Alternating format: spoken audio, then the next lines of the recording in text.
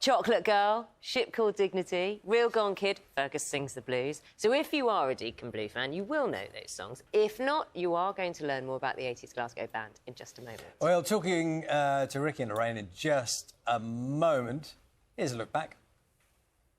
Let me know a secret about the money in his kitty. He's gonna buy a dinghy. And Ricky and Lorraine come in now, and the first thing Lorraine does is she tips water over the desk. Literally. Are you a naturally clumsy person? Is it just one of those things? There is a design flaw in this table, and I want someone to sort this out. OK, well, the editor's in the gallery. OK, I'm sorry about that. This stuff happens when you're doing stuff live. Yeah, exactly. Yeah, and live performing for you, is that still the buzz? That's the buzz indeed. Is it? Hugely. Yeah. I mean, I've been kind of thinking about...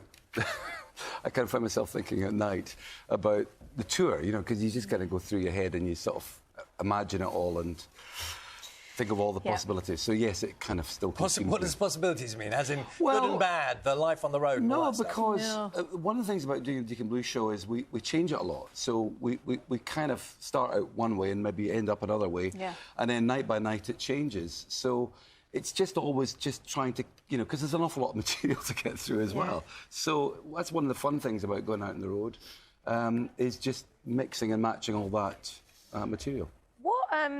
How long have you two been performing together now? 35 years or something. Yeah. Any breaks? We did have a break in 94, was it? For 5 years. OK, so since then, since 99, you know, 24 years still. Yeah. Is there some kind of... telepathy's not quite the right word. You know, when you're on stage and you just think, actually, the crowd wants this, and you can just communicate with... There is, and I think we leave that up to Ricky to kind of suss out and feel, and it doesn't happen that often, but sometimes you're doing a set list and you think, this is not what the crowd are needing, and this is not quite working at this point, so he'll turn around and change things, and that's when we have to be on our toes. I put the, you know, invited everyone in to be in the band in the first place, and I just decided everyone has to be 10 times a better musician than I am, and they are. You always surround yourself by better people. Yeah, absolutely, exactly. you've got to, and they are brilliant. So if I turn out to Dougie and say, listen, this is not, you know, happening, let's go elsewhere, and also, if I forget something, Lorraine always remembers us. So that's the telepathy that really counts. What's it like now, since you were first together, 35 years ago? What's the post-show wind down, party? I don't know. It must be very different. Unfortunately, the truth is, especially for singers, you can't, you know, come off stage and go and chat to people. And we come off stage and we sit and blow into vocal straws and drink water and drink tea and not talk. Oh, how boring. It's so boring. That's so not glamorous. It's so not It's been like that a long time, though, because it's quite a vocal, you know, it's a vocal-intensive show. Yeah, but in the old days, before we knew any of this stuff, we used to come off stage and have a bag, have a big glass of wine, shout, party, and then you'd have no voice the next day. But you were more interesting. Well, I don't know, not for the audience who turned up the next day and you couldn't sing. Lorraine, take us right back, because as I understand it, you used to busk on the streets of Glasgow, is that right? I did.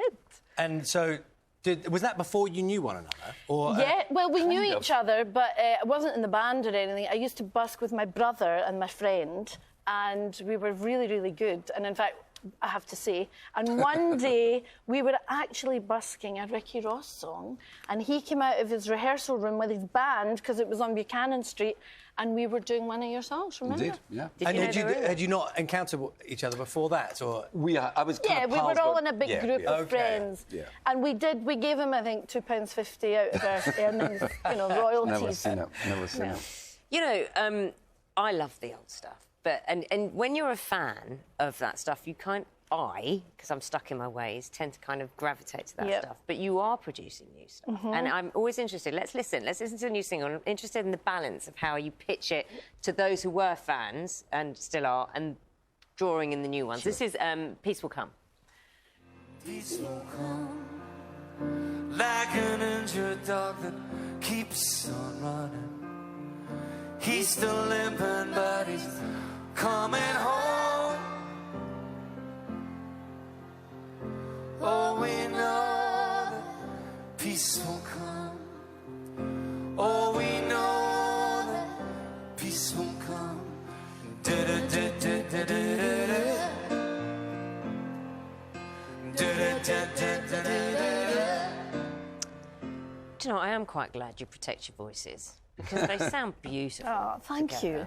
They do. And I suppose that's one of the themes, isn't it? That it's instantly recognisable that it's you two, even if it's a new song. So. Yeah, I think that's what probably brings us together. That song actually was written in a discussion on the way home from a festival a couple of years ago about how Lorraine said, well, why we keep going into dignity the same kind of way. We've done it for a long time. Can we do something else? And I went home and just started mucking around with that idea in the same key and the same thing. And that song emerged. And it emerged at an interesting time because it emerged before what happened in Ukraine. But it emerged as a kind of hope thing, you know, that I think one of the tragedies is we've given up on, you know, we've now got war in Europe, which is one of the things that we thought we'd never have. And it became this sort of song that by the time that we came out last year and we recorded that, when we finally did our shows in Glasgow, it became a sort of song about what was going on in Europe as well. Do you know, I looked at some of your old videos and stuff, and I used to think, it reminded me, Ricky, that I used to think you were quite intense on stage in your performances. Probably was. Was he? Yeah, I think I probably still am, yeah. Well, when I saw the band before I was in the band, and it was manic, you know, the intensity was... Really? Oh, yeah. I think when you're young and you're in a band and you have so much to say and you want to convince people of what you're saying, I mean, but that was the strength, that was the draw. Well, it came across. It really did, yeah. I apologise. He's calmed down It's not a bad thing. It's no, just, it's you know, not. it's passion, isn't it? Yeah, oh, it is. I mean, and, you know, I suppose it's being a songwriter, you know. If you're a songwriter and you're just desperate to get these songs out, that's been my whole motivation all the time. As soon as you write a song, you have that thing of, even at the very earliest point, you have to think, I wonder what this is going to sound like in front of an audience. It's terrible, but, you know, you leap forward to that point. Well, that's what you do. You do it well. So Nice carry to on. see you this morning. Thank We'll do a bit of a you. clear-up Yeah, operation. sorry. Don't you worry. Don't worry, we'll clear up after We'll you. sort that out. Thanks for having us. And good luck with the tour. Thank you so September. much. All the old 45s, the very best of Deacon Blue, and You Can Have It All, the complete albums collection, both released today. And as I said, they'll be touring in September.